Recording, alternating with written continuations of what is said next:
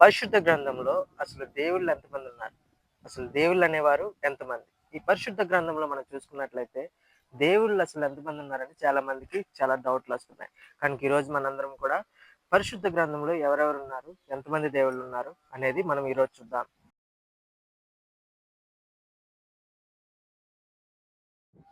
Hi! Praise the lord. అసలు దేవుళ్ళు ఎంతమంది పరిశుద్ధ గ్రంథంలో? పరిశుద్ధ గ్రంథం అంటే ఏంటి? అనేది ఈరోజు మనం చూద్దాం. బైబిల్ గ్రంథంలో మనం చూసుకున్నట్లయితే దేవుళ్ళు ఒక్కడే. తండ్రి. ఆయనే యెహోవా తండ్రి. కనుక కుమారుని ద్వారా మన పాపాల నిమిత్తము ఈ లోకంలోనికి పాపము చేత చాలా మంది కూడా రక్షింపబడతలేదని యేసుక్రీస్తు వారి ద్వారా మన భూలోకానికి తీసుకొచ్చారు. భూలోకానికి తీసుకురావడం యేసుక్రీస్తు వారు తీసుకొచ్చిన తర్వాత పాపము నిమిత్తం ఆయన చాలా శ్రమలు పొంది మరణము కూడా చెందారు. అది ఎవరు చెప్పారంటే యేసుక్రీస్తు వారికి తండ్రి అయిన దేవుడు సెలవీయగా యేసుక్రీస్తు వారు భూలోకానికి వచ్చి ఆయన చేయవలసిన కార్యములు సఫలపరిచాడు. మన వచనాల ద్వారా 6 వచనాల ద్వారా మనం ఈరోజు తండ్రి ఎవరు, కుమారుడు ఎవరు అనేది ఈరోజు మనం చూద్దాం. మొట్టమొదటిగా తండ్రి అయిన దేవుడు సాక్ష్యం ఇస్తున్నాడు యేసుక్రీస్తు వారి గురించి. చూడండి మత్తయి సువార్త 3 అధ్యాయము 17 వచనం చూసుకున్నట్లయితే, ఇదిగో ఈయన నా ప్రియ కుమారుడు, ఈయన యందు నేను ఆనందించుచున్నాను. ఈ యొక్క శబ్దము ఆకాశం నుండి వచ్చెను. మనం చూసుకున్నట్లయితే ఈయన నా ప్రియ కుమారుడు అనగా ఏంటంటే యేసుక్రీస్తు వారు ఆకాశం నుంచి కలిగిన శబ్దం ఎవరంటే తండ్రి అయిన దేవుడు యెహోవా. కనుక మనం చూసుకున్నట్లయితే ఇక్కడ చాలా వివరంగా ఉంది. ఇదిగో నా ప్రియ కుమారుడు. ప్రియ కుమారుడు అనగానే యేసుక్రీస్తు వారు. కనుక మనందరం కూడా తండ్రి, కుమారుడు ఒకటి కాదు. ఒక వ్యక్తి కాదు. తండ్రి వేరు, కుమారుడు వేరు. కనుక మనం ఆలోచించుకున్నట్లయితే రెండో సాక్ష్యం ఏంటంటే సేన అనే వ్యక్తి ఉండే దెయ్యము సెలవిస్తుంది.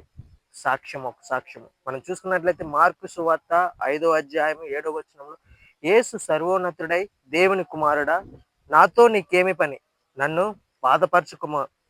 దేవుని పేరట నిన్ను అనబడుచున్నానని బిగ్గరగా కేకలు వేసి మనం చూసుకున్నట్లయితే దేవుని కుమారుడు అంటే యేసుక్రీస్తు వారు, దేవుడు అంటే యెహోవా.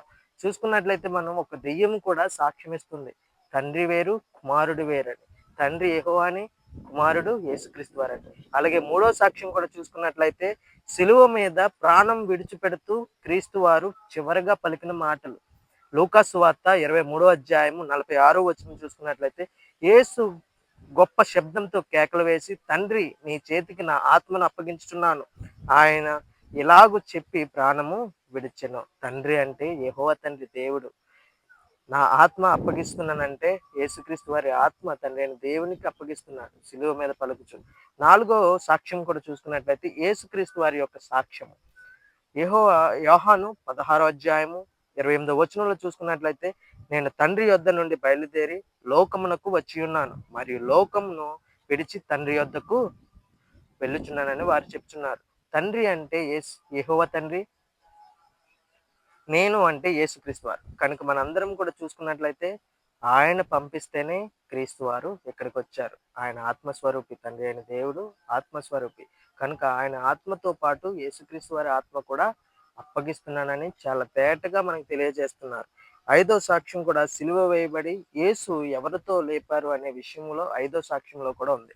అపోస్తుల కార్యములు 2 అధ్యాయము 32 వచనం చూసుకున్నట్లయితే ఈ యేసు దేవుడు లేపెను, దీనికి మేమందరం కూడా సాక్షులమే అని దేవుడే లేపాడని అక్కడున్న యేసుక్రీస్తు వారు మరణించిన తర్వాత ఒక గృహలో పెట్టిన తర్వాత అక్కడున్న జనసమూహం మొత్తం సాక్ష్యం ఇస్తున్నారు. దేవుడే యేసుక్రీస్తు వారిని లేపెను అని. యేసు దేవుని కుమారుడు.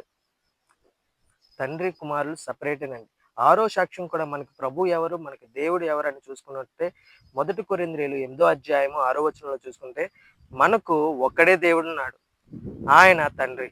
ఆయన నుండి సమస్తము కలిగెను. ఆయన నిమిత్తము మనమున్నాము మరియు మనకు ప్రభు ఒక్కడే. ఆయన యేసుక్రీస్తు వారు. ఆయన ద్వారా సమస్తమును కలిగెను. మనము ఆయన ద్వారా కలిగిన వారము. మనకు దేవుడు ఒక్కడే. ఆయనే తండ్రి అయిన దేవుడు. మనకు ప్రభు ఒక్కడే. ఆయనే ప్రభు అయిన క్రీస్తు వారు, దేవుని కుమారుడు. కనుక మనందరం కూడా గమనించినట్లయితే ఈ లోక బోధనలు చూసినట్లయితే సాతాను బోధ ఏంటంటే తండ్రినైనను దేవుడినైనను వారు శరీరధారి యేసుక్రీస్తు వారిలాగా వచ్చారు అంటున్నారు. కానీ అది కాదు. దానికి వాక్యం కూడా మన బైబిల్ గ్రంథంలో చూసుకున్నట్లయితే వాక్యం కూడా లేదండి. అలాగే తండ్రి మన కొరకు సిలువ వేయబడ్డారు అంటారు. కానీ సిలువ వేయబడింది కుమారుడు. పాపము నిమిత్తము తండ్రి కుమారుని ద్వారా ఈ లోకంలో ఉన్న పాపమును రక్షింపబడటానికి, జనసమూహం అందరూ రక్షింపబడడానికి, ఈ లోకంలో ఉన్న వారందరి కోసం కూడా ఆయన కుమారుడనే వారిని పంపించి యేసుక్రీస్తు వారి ద్వారా ఈ లోకాన్ని రక్షించడానికి చాలా కష్టపడ్డారండి. కనుక మనందరం కూడా వాక్యము ఉన్నది ఉన్నట్టు బోధిద్దాం. వాక్యంలో తండ్రి వేరు, కుమారుడు వేరు. తండ్రి అయిన దేవుడు వేరు, కుమారుడు వేరు.